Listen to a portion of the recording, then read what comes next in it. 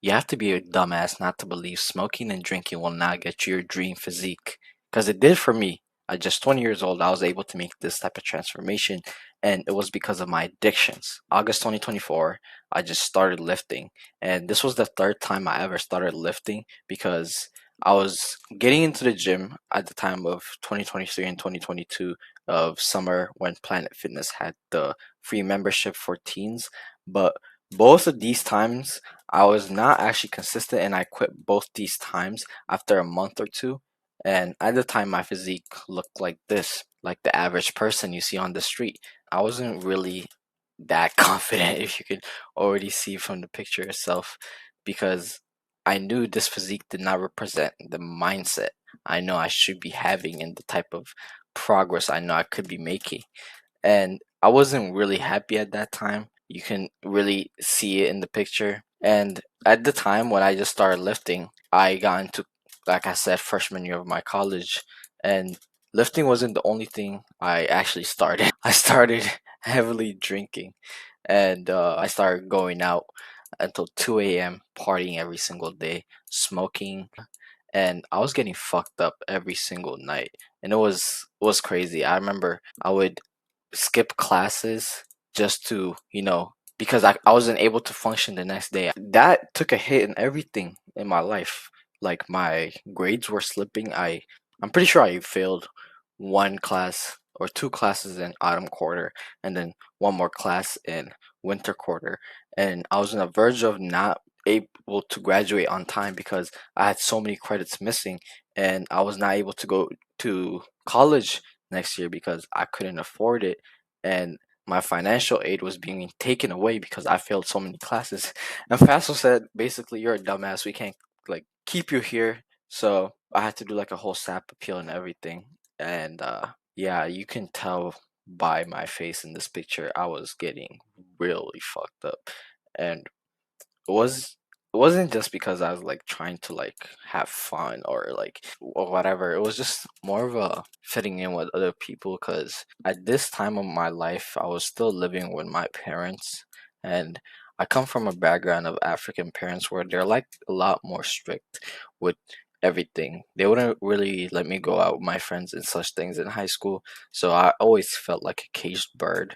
And once I got to my college experience in the dorms, I felt like I was a free bird, finally able to travel and see the wonders of the world, and that was by drinking and smoking. And yeah, I drank my life away. I smoked my life away. It was my way of escapism and copium from the shitty reality that I was living in, and it led me to this spot. 6 months later, I was in the worst physical state of my life. I was in the worst mental state of my life. You can already tell from here to here in just 6 months. I did not make any progress at all. I would say I made progress backwards, and I did not want to be here anymore. It was like I was looking in the mirror and then I was questioning myself, like, what the fuck was I doing with my life? Because I know I could be doing a lot more, but I was just settling for less and settling for the average. And average is the worst thing you could do. I just had just this life I really dreaded and I wanted to change. So I hit my first ever rock bottom, physically, mentally, financially, and spiritually. And I made my first ever realization. The problem wasn't the alcohol, the problem wasn't the weed, the problem wasn't nicotine, the problem was just me. I had a really bad addictive problem. I remember I would play video games when I was Roblox and Fortnite and such things. And this was me when I was trying to post on my Fortnite account. And I was actually, fun fact, top 10,000 in Unreal. At one point, I was like really fucking addicted. So when I start something, I just get lower spurts of dopamine. I start getting really addicted. And when I hit my first rock bottom, I just realized this. Like, I could just change because the problem wasn't like the vices, it was just me. So I spring quarter of my freshman year, I was of staying the same as not actually staying the same as slowly decaying into a worse state than you were before. And when you can look at my face and tell that I was not happy where I was at this point in my life. And this picture was taken from a screenshot from a video at a rave. And at this rave, I remember I was just so sick of surrounding myself with these types of people, and I wanted nothing to do with this anymore. And what I did was change. And when I decided to change for good, it was when I hit rock bottom. You have to keep this in mind. No type of transformation happens just because you are happy with yourself. If you are feeling like you're comfortable with your situation, there's no point of changing. And that's what weed and alcohol and these such things do to you. They make you comfortable with your current state. So you're not changing, because changing is a lot more painful than actually staying disciplined. So if you don't outweigh the pain of discipline with the pain of staying the same, you're not going to make any type of transformation. And this was my first transformation. And at this time, before my transformation, I failed 3 classes. I was addicted to a lot of substance, and I was antisocial, and I was really broke. I mean, like, I had, I think, negative in my bank account at this point. And I made a change in the summer of 2025. I got in the best physical state of my life, got a job, and I went to summer school to retrieve back my credits. And I started working towards something that's actually meaningful. And you can tell with my face, physique, and my overall appearance that I was actually proud of where I was heading in life now. And my second realization was I wasn't really addicted to specific stuff before my transformation. I was addicted to dopamine, and I used that realization to kickstart a transformation. And when I did this transformation, my third realization was I didn't beat my addiction personality. I just redirect addictive personality I had from my other vices like smoking, drinking, and then my gaming addiction towards something that's actually going to spurt some meaningful thing into my life. And when I transformed, I thought everything was great, but it wasn't all that great. But at least I thought I transformed. Yeah, this is where it gets a little sticky. I ended up going back to the same vices I swore against after months of being clean. And in December of 2025, I fell off again and went back to the same old habits. And I had a fourth realization. I changed my body, I changed my outward external appearance and such things, but I didn't change my identity. I was still operating in this state of mind that was just going after the outcomes and not actually the person who I'm trying to become.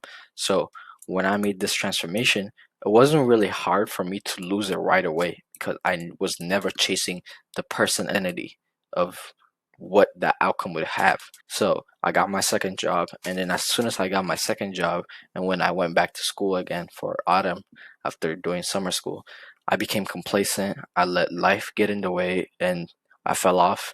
I gained over, I think, 30 pounds, and it wasn't the most pleasing place to be. This was a picture of me that my brother took at Christmas, and you can tell I wasn't really happy because I would just went back to the same life did not want it to be at. And it was all because of this. I was chasing the outcome.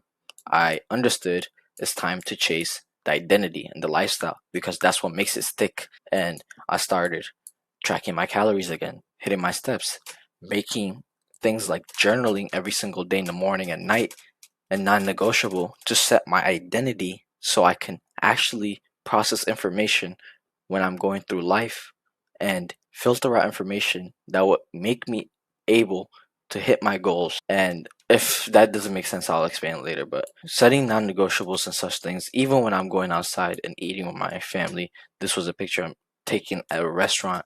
I'm not going off course. I'm not going off plan. I'm still choosing the right path and habits and such things that will make my goal happen a lot faster because I was not chasing that outcome. I was not trying to be this guy anymore. I was trying to become this guy in terms of lifestyle and identity. I was just doing the things that made this happen every single day, even when I didn't feel like it, like packing my lunch to work, even when I was working 2 jobs at a time, hitting my cardio before or after my job, even if I felt like I did not want to do it and I was tired as hell. Those things compound a lot, and trust me on that. And one thing I wish I knew a lot sooner to make an identity change is the friction. Because you do not want to change most of the time, let's be honest. You think you're undisciplined, but you're the most disciplined person when it comes to staying the same. And you have to redirect that discipline towards a change. Because staying the same is more comfortable and it's a lot more predictable than changing, because changing would require you to go through a state of uncertainty in where you're heading in life. And that's very uncomfortable to go through. And a lot of people are not willing to do that. So you must be willing to go to an uncomfortable state, an identity to solidify that transformation. So, because if you don't, and you're just always chasing the outcome, you're going to have the outcome, but you're going to end up losing the outcome that you're chasing so fast, like you just had it in your fingertips. And I had my sixth realization, which every transformation requires grieving your old version of yourself. And this diagram showed it pretty perfectly. So you have your A version of yourself that you do not want to be, the current version of yourself, and you have C, the version of yourself that you would rather be, with the better habits, better outcomes in life, and the desired life that you want. But you're not going to kickstart and jump over from A to C without having to go through to B.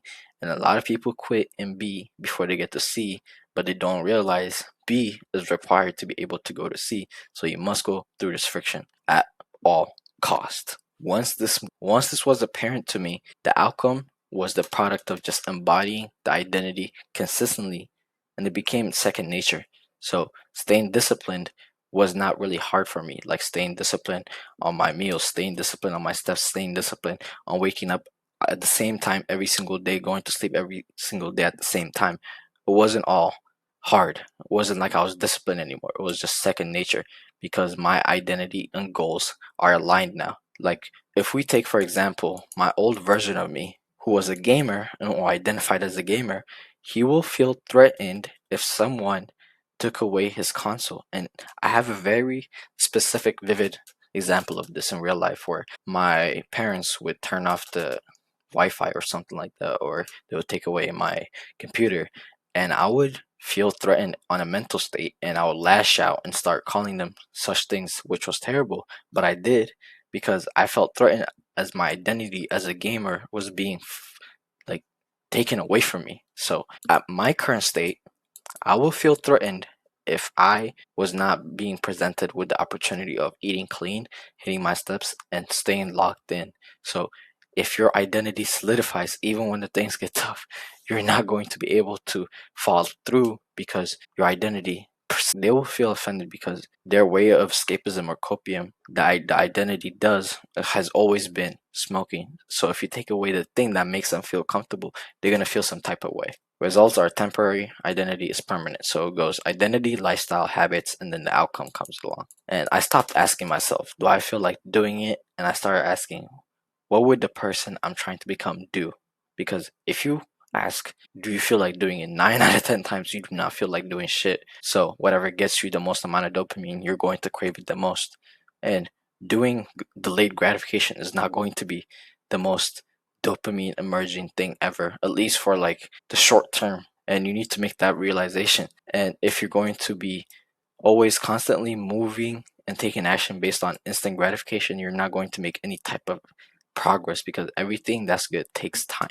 Once I understand this, something weird started happening, and I was able to apply this everywhere in my life, not just only the gym. And getting in shape was easy, because most of it is just practical stuff. But in real life came the real challenge, and I had to apply this into the rest of my life, like growing my page and my business.